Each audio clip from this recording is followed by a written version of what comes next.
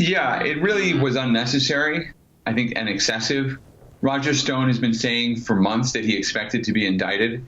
And yet, despite that expectation, he didn't leave the country. He didn't go underground. He didn't hide. He didn't disappear as a fugitive. I mean, he was living as he usually does in Florida.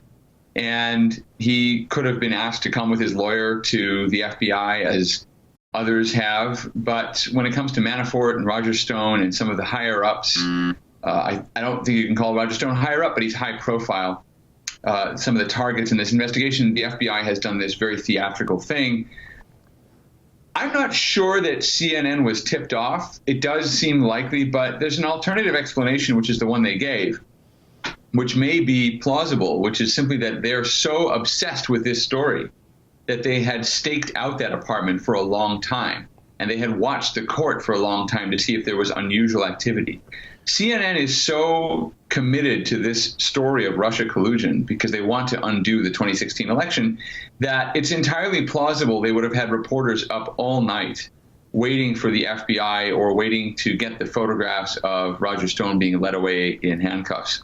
I don't think that it helps Robert Mueller to have this out there. It makes him look thuggish, as you say, third world, and intimidating, but it doesn't intimidate the targets of the investigation who already know who they are. They're not hiding. It actually makes him look bad. It makes the FBI look bad. So I think there's actually less of a chance this was leaked by someone on Mueller's team, unless it was some rogue member of Mueller's team, some law enforcement official who wants to help CNN because he agrees with their political line. I mean, that's entirely possible. But I think that the explanation CNN gave is likely to be true. It doesn't mean it has to be true, but they are simply so obsessed with this story that they would have paid somebody, and apparently a couple of people, to stake out Roger Stone's apartment. And I don't think it tells us much about CNN other than what we already knew, which is that they're determined to bring Trump down. And so this is a big day for them. Yeah. Well, I remember, I mean, we had an experience almost 2 years ago. We had a reporter in the UK, Tommy Robinson is his name, and he committed a civil infraction. Contempt of court. He reported something in Canterbury he wasn't supposed to. Right. The judge, could have picked him up any time of day. The judge sent a SWAT team to his house at 4:30. And they do this to Tommy, and I'm not trying to bring Tommy into this, but to cause his wife upset, to cause the kids upset, to cause embarrassment, to cause stress. They knew where he was the whole time. They didn't need to come for Tommy at 4:30. They could have come at 10 a.m. after the kids were at school. Now, Roger Stone doesn't have school-age kids, but like you say, Roger Stone has lawyers. They could have just asked him to present to the police station, and to send 12 SWAT team cops. Are they implying that he's violent? It's just, what bothers me, I mean, you're very generous to give CNN the benefit of the doubt to say they staked it out and were tipped off, but let's accept that. But for the FBI, even if they didn't tip off the media, for them to send 12 SWAT teams to arrest a grandpa-aged pundit shows to me that the FBI is still rotten and political, because I don't believe that was a legitimate operational choice. I don't believe there was a risk assessment that Roger Stone was going to go out guns blazing, that he was going to run to the airport and get on a private plane. I think what we know for sure, we don't know for sure how CNN heard about it, we know for sure what the FBI did probably at the direction of Mueller.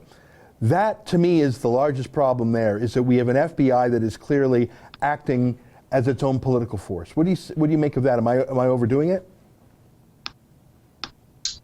I think that if you understand the FBI's mentality toward all of this, that's different than saying they're correct. But if you understand that they may actually believe that they are saving the country from some foreign enemy, again, it doesn't mean they are, right? Because they're not. There's no evidence of Russia collusion, and they would say that they haven't found any. I mean, there's been none in these court documents, for example. But if that's what many of them, especially those who donated to Hillary Clinton, who are card-carrying Democrats, that's who staffs the Mueller investigation. If they're in the mindset that much of the rest of the media and the opposition are in, in their mind, they are conducting a counter-terror operation, not just a kind of investigation of some process crimes. And so I think to them, this might have seemed entirely appropriate. I agree with you, it's inappropriate, excessive, and all of that. I also think it makes Robert Mueller look very bad.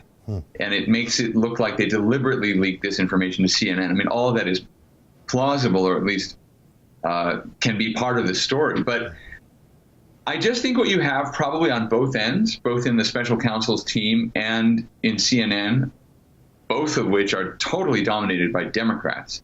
I think you have the hysteria that we've seen in the media as a whole and in the Democratic Party about Russia that is guiding their choices. To them, this may have seemed rational and reasonable.